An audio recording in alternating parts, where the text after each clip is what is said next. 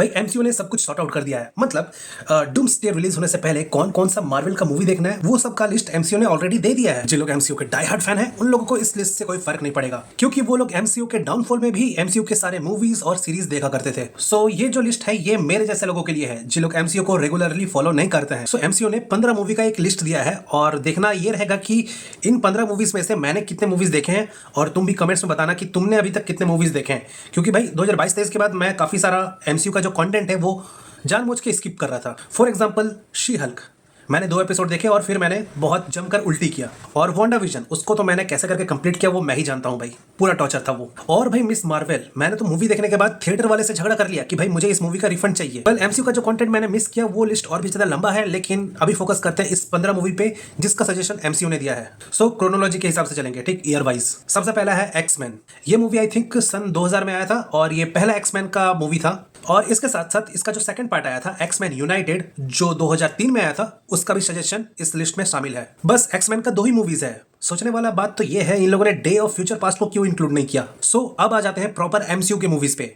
Well ये जो 2 movies थे एक्समैन के ये एमसीयू में इंक्लूडेड नहीं थे, लेकिन फिर भी इसे लिस्ट में है क्योंकि तुमको पता है डूम्सडे में क्या होने वाला है। हाँ, उसीलिए इन दोनों को इंक्लूड किया गया है, इन दोनों मूवीज को।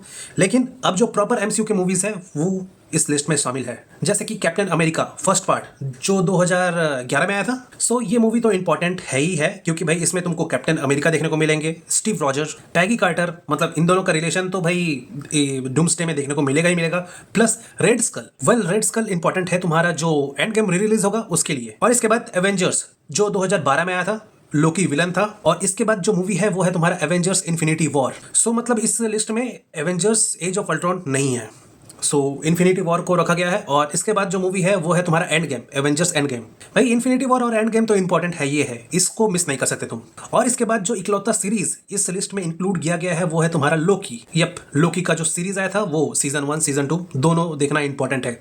और मेरे ख्याल से सबसे ज्यादा इंपॉर्टेंट यही है। नहीं, लोकी तो इंपॉर्टेंट है, ये है, लेकिन उसके बाद जितने भी मूवीज मेंशन किए गए हैं वो भी इंपॉर्टेंट है, क्योंकि अगर एंड गेम नहीं देखोगे तो फिर लोकी समझ नहीं आएगा, और अगर इन्फिनिटी वॉर नहीं देखोगे तो एंड गेम समझ नहीं आएगा।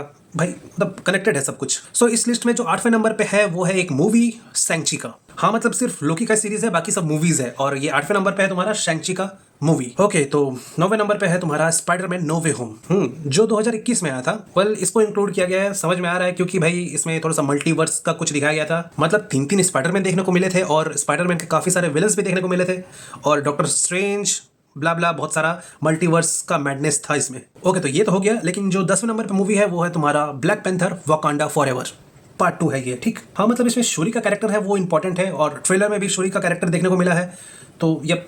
सो जो 11वें नंबर पे मूवी है वो है तुम्हारा असली multiverse of madness, doctor strange. I think ये डॉक्टर स्ट्रेंज का सेकंड मूवी है, क्योंकि डॉक्टर स्ट्रेंज का जो कैरेक्टर है वो तो बाकी मूवीज में आते जाते रहता है, लेकिन जो स्टैंड अलोन मूवी है उसके हिसाब से अगर देखने जाओगे तो ये सेकंड पार्ट है ना। लेकिन इसके बाद जो मूवी है वो है बहुत ही गजब का, नाम है डेडपुल एंड वुल्वरीन, जो कि 2024 में आया था। और हाँ, इसमें भी तुमको मल्टीवर्स मैडनेस टाइप का देखने को मिलेगा। सो इतना तक तो हो गया, मतलब 12वें नंबर तक हो गया। अब बची है 3 मूवीज। सो 3 मूवीज है, मैं सट बता देता हूँ भाई, बहुत लंबा हो रहा है ये।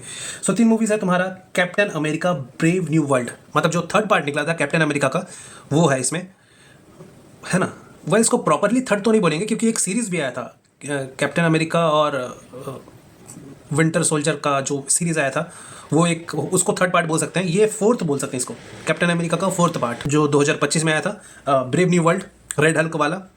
हाँ वो देखना है, ठीक। सो 14वें नंबर पे जो मूवी है वो है तुम्हारा थंडरबोल्ट्स न्यू एवेंजर्स ये। और लास्ट मूवी जो कि इंपॉर्टेंट है वो है तुम्हारा fantastic four the first step. और अगर देखा जाए इन 15 में से मैंने सिर्फ 2 मूवीज नहीं देखी है, मतलब captain America brave new world, मतलब जो चौथा पार्ट ही बनेगा उसको, हाँ चौथा पार्ट जो था वो नहीं देखा, और fantastic four the first step, मतलब सबसे important movie the fantastic four the first step, यही मैंने नहीं देखा है भाई।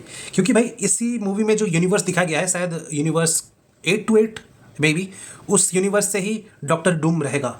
मतलब जो रेट्रो फ्यूचरिस्टिक जो वर्ल्ड दिखाया गया था इस मूवी में, उसी यूनिवर्स में से जो हमारा डॉक्टर डूम होगा वो होगा। हाँ मतलब डूम्सडे वाला ट्रेलर से यही पता चल रहा है, क्योंकि सूजन डूम को पहचानती है तो सेम यूनिवर्स के ही हुआ है ना। और जितना मैंने रेडिट पे थ्योरी व्यूरी पढ़ा है उसके हिसाब से तो मुझे लग रहा है कि सेम यूनिवर्स का ही है।